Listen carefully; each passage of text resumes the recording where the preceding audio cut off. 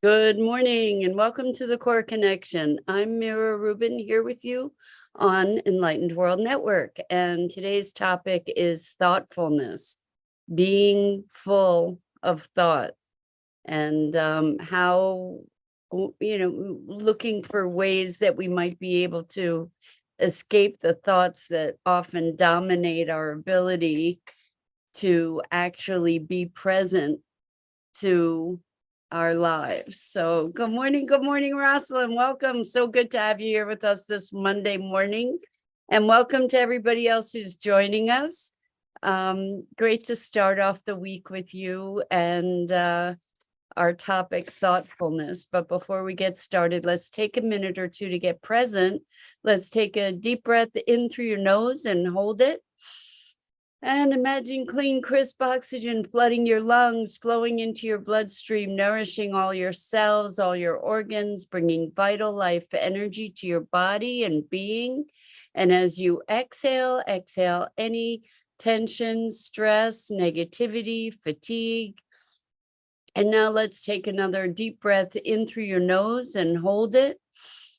This time, imagine brilliant, bright light lighting you up from the inside out, illuminating, electrifying, and energizing all your cells, all your molecules and electrons, and creating a brilliant beam of light and energy from your heart out into the world. And as you exhale any remaining tension, stress, negativity, fatigue. And now let's press our palms together and vigorously rub those hands together and feel the friction and the heat and the pressure and all those sensations and the tickling and tingling when you stop and allow yourselves to bring yourselves present into your amazing, remarkable physical form with all these sensations, and appreciate that it's through this physical vehicle that we get to experience life. And that's a welcome this morning. So good morning, everybody. Great to have you here with us. Today we are talking about thoughtfulness, being full of thought. And sometimes I imagine we've all experienced the racing of thoughts where our mind just keeps churning and churning and churning with all kinds of thoughts, related or unrelated. And we go off into all kinds of parts unknown, down the rabbit hole, distracting ourselves from actually being, because we have so much going on in our minds. Rosalind says that was an extra thoughtful intro.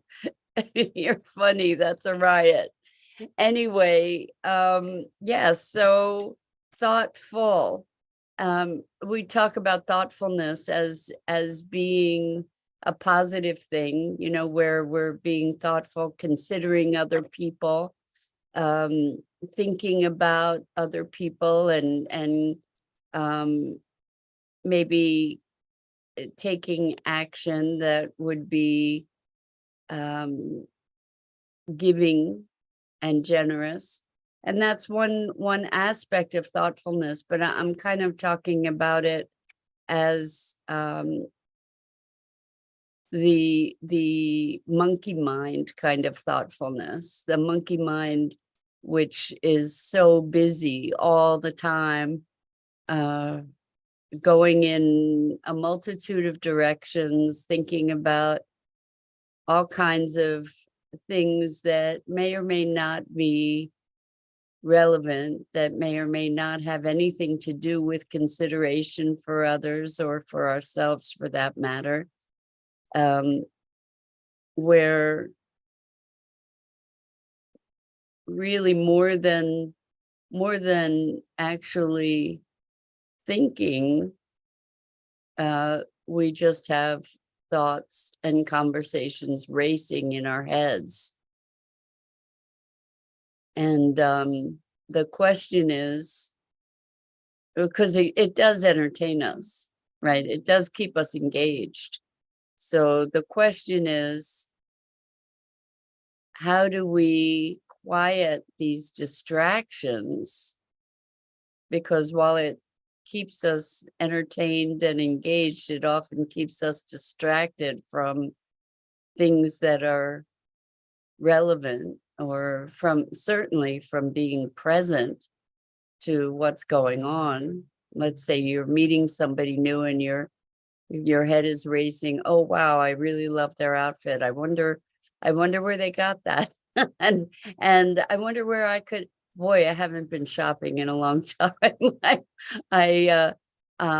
As I think about it, well, maybe, yeah, I really need a new wardrobe. Those kinds of thoughts. The thoughts that just take you away from being present to the richness of a moment. I mean, all that kind of conversation going on when you're meeting someone trying to connect, or with ultimately the intention to connect, or maybe no intention because your thoughts are so distracted, but wanting to, or missing the opportunity to have an authentic interaction with someone because your thoughts are going off into space, or when you're talking to someone and spending the time while they're talking trying to figure out what you're going to say next instead of hearing what they're saying. So I guess we're talking about distraction and how we have all these mechanisms really to avoid being present. And how can we cultivate that space of presence? One is to presence ourselves to our bodies, to calm our breath. Oftentimes when we calm our breath, it calms our mind. It tames the monkey mind. And to just find our way outside of this echo chamber that we live in most of the time, to be able to hear other sounds, other input, other conversation. I just want to mention that if you want to join in our conversation this morning and leave comments, please go to the Enlightened World Network Facebook page, because that's where you can leave comments and I'll see them. And then when I see the comments, I'll respond to them. Good morning, Gia. Good evening, Gia, because Gia is in another time zone, far, far away. Welcome. It's great to have you here with us this morning here. And so we're talking about thoughtfulness, being full of thought, and how we often allow our minds to distract us from the present moment and from being engaged in life.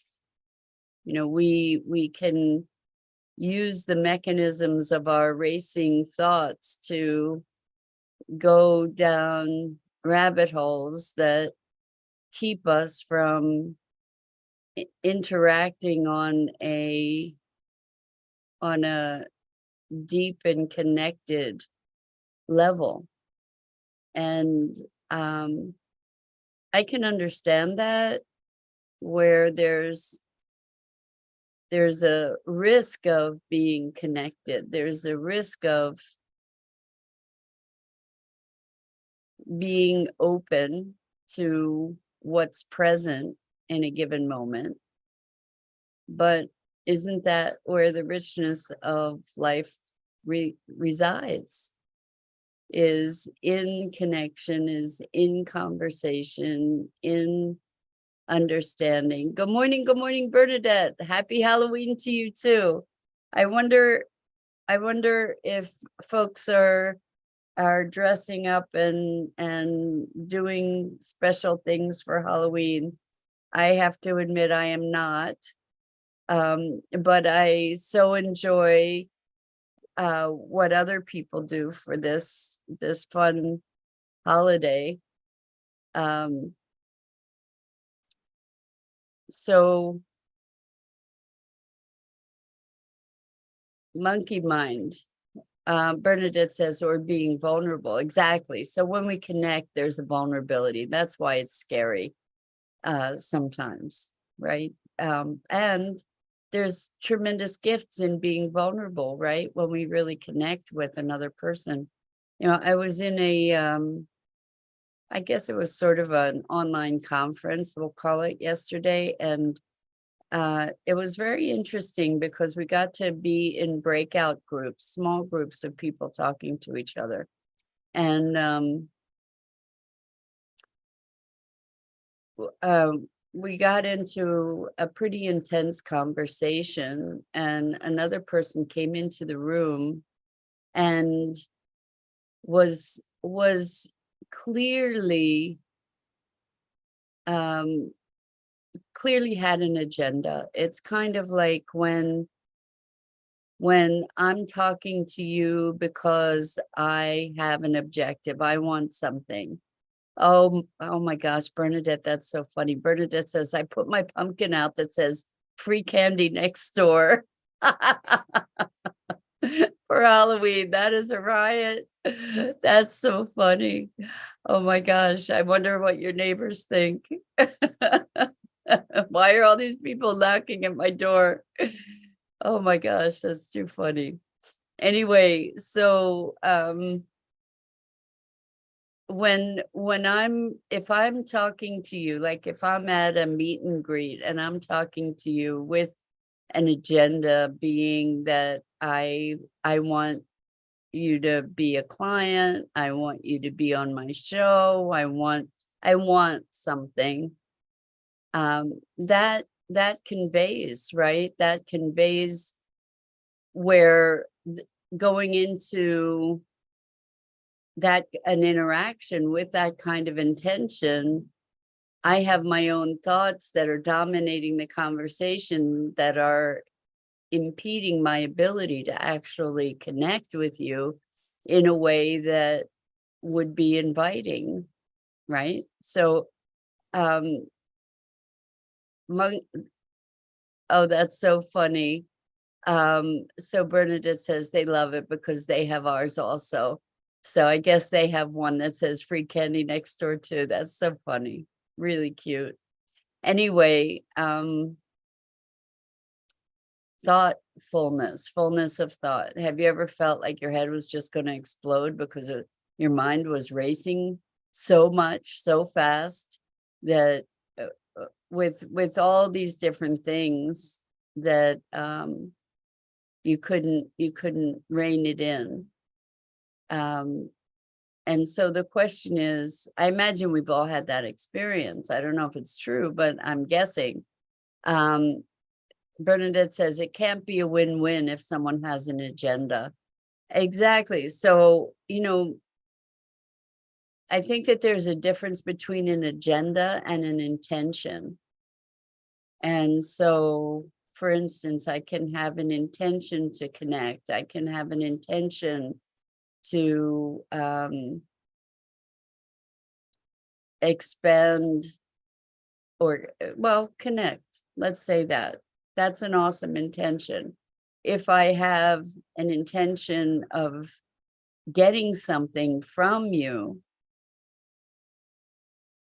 that's an agenda. So I guess we have a different, or I have a distinction between an intention and an agenda. And that maybe it's pretty nuanced, but we can get very caught up in all the thoughts in our mind.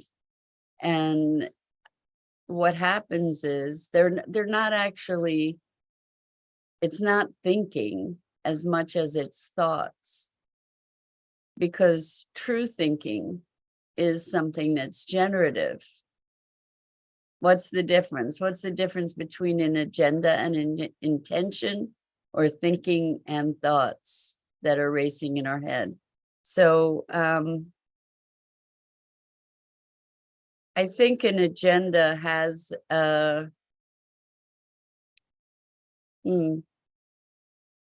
so let's see. An agenda is, for me, in my distinction, is that I have a specific outcome that I'm looking for. So Jenny says intention and agenda. So my agenda is something like, I want to get you as a client. I want to sell this to you. I want something from you, versus an intention of connection. I don't know, maybe it is the same thing. For me, intentions don't have a specific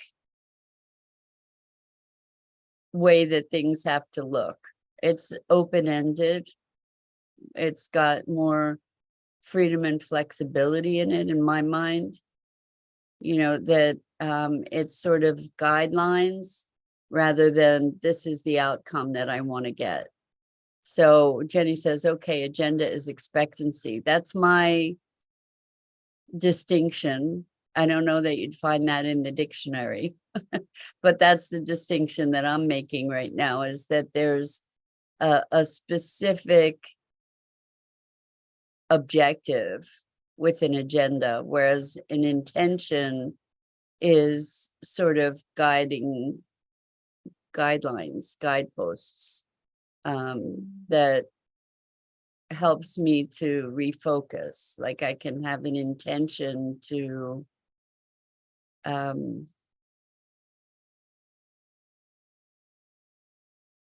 I'm thinking about this. Sorry, I'm pausing because I'm thinking about this in the context of my intention, for instance, to have X number of clients in my practice. And then within that intention, there are interactions that I have, and it's not an agenda to make that person my client. It's an intention to connect and to be a space for those clients, those perfect clients to emerge. But it's not, I have an agenda to make you into a client. I don't know if that, it's sort of hard to articulate, I'm finding. Anyway, Bernadette says, when I met my biological family, I went in as a person with an open mind. However, when I left, I knew what their agenda or expectations were, and they didn't even come close to my intention. Wow, that's really interesting. Okay, so that was a contrasting experience, Bernadette, where you maybe you had an intention to just be there and be open, right? To connect, and then discovered that they had some kind of agenda, like they had some kind of something that they wanted you to fit into or comply with or something like that. So, very, very interesting. So we talk a lot about expectations, and expectations are founded in an agenda, where we're projecting our own ideas, our own desires, and trying to get those desires fulfilled. For me, there's an openness around intentions. And Jenny says, intentions to come true. I'm not sure what you mean.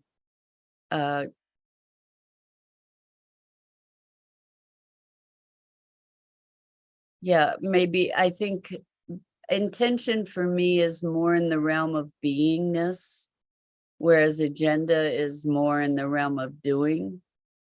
I think I'm just playing with these ideas right now. I don't have a strong formulation. Maybe we can generate something out of this that is useful.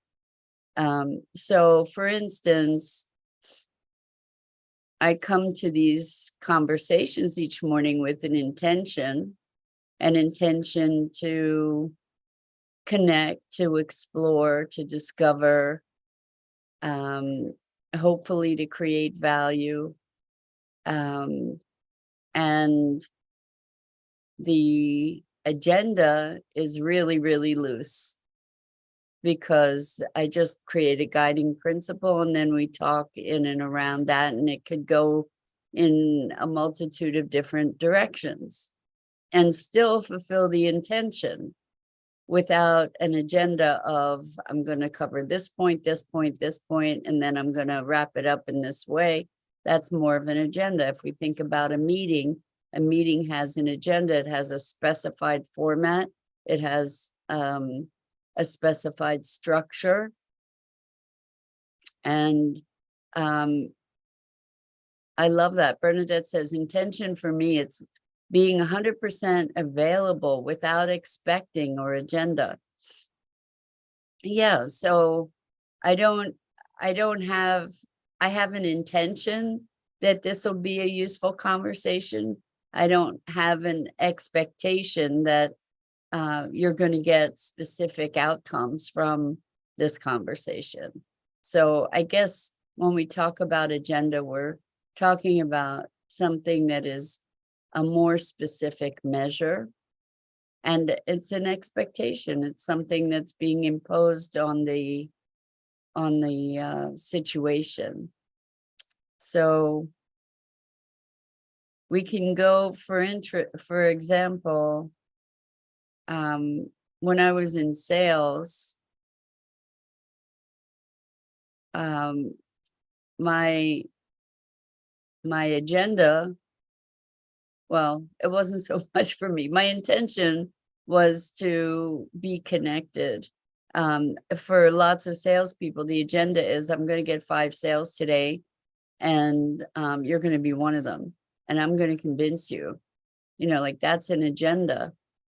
It was so funny. Yesterday, I got to go to an event. It was called Arts in the Park, and it was a local thing with artisans and artists selling their wares, and it was sort of a community gathering, which was sweet. And there was a booth that I went to. I think they were selling windows and doors and insulation or something like that. And this young guy just said to me, hey, ma'am, how are you today?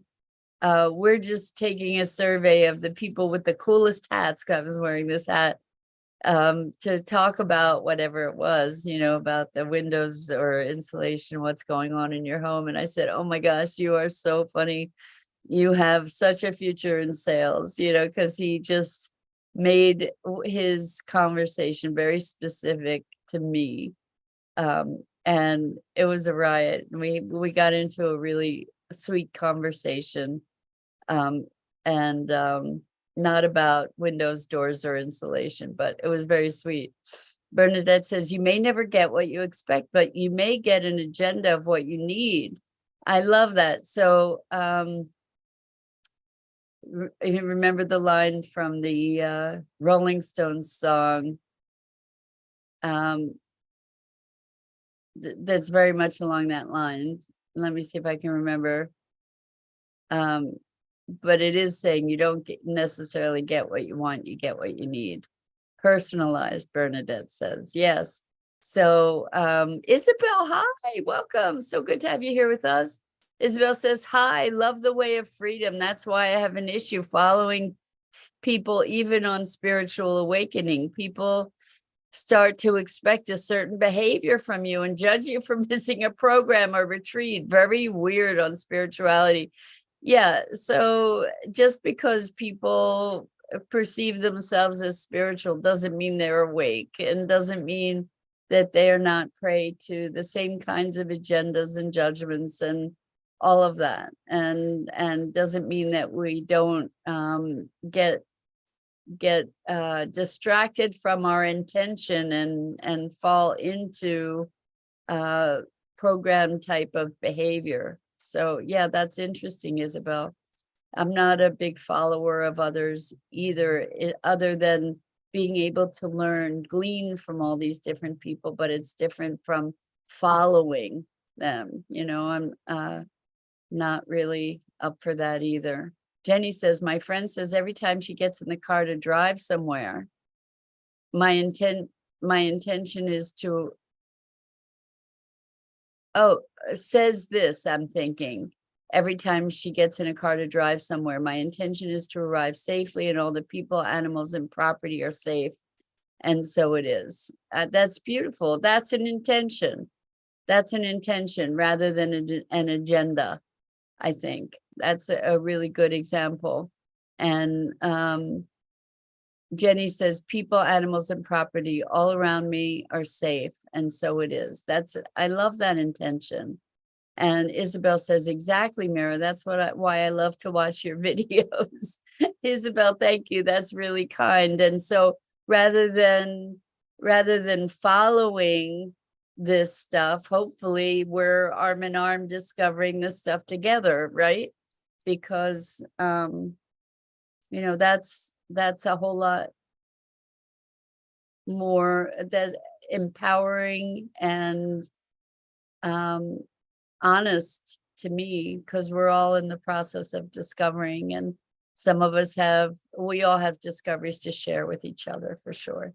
Anyway, thoughtfulness, all that mind noise, maybe we get to sort it out, breathe into being present, quieting that mind to be able to presence ourselves more to our purest intentions rather than our agendas. And also rather than the agendas that might be imposed upon us. So anyway, I love being here with you all and so appreciate you and the opportunity to have these conversations. I'm Mira Rubin. This is the Core Connection, and I go live here each weekday morning on Enlightened World Network, on the Enlightened World Facebook page and YouTube channel. And good for you, Gia. Have a wonderful party. Happy Halloween, everyone. Until next time, please check out the other awesome programming on Enlightened World Network, EWN One with the Earth, Enlightened World Living. And I look forward to seeing you again here really, really soon.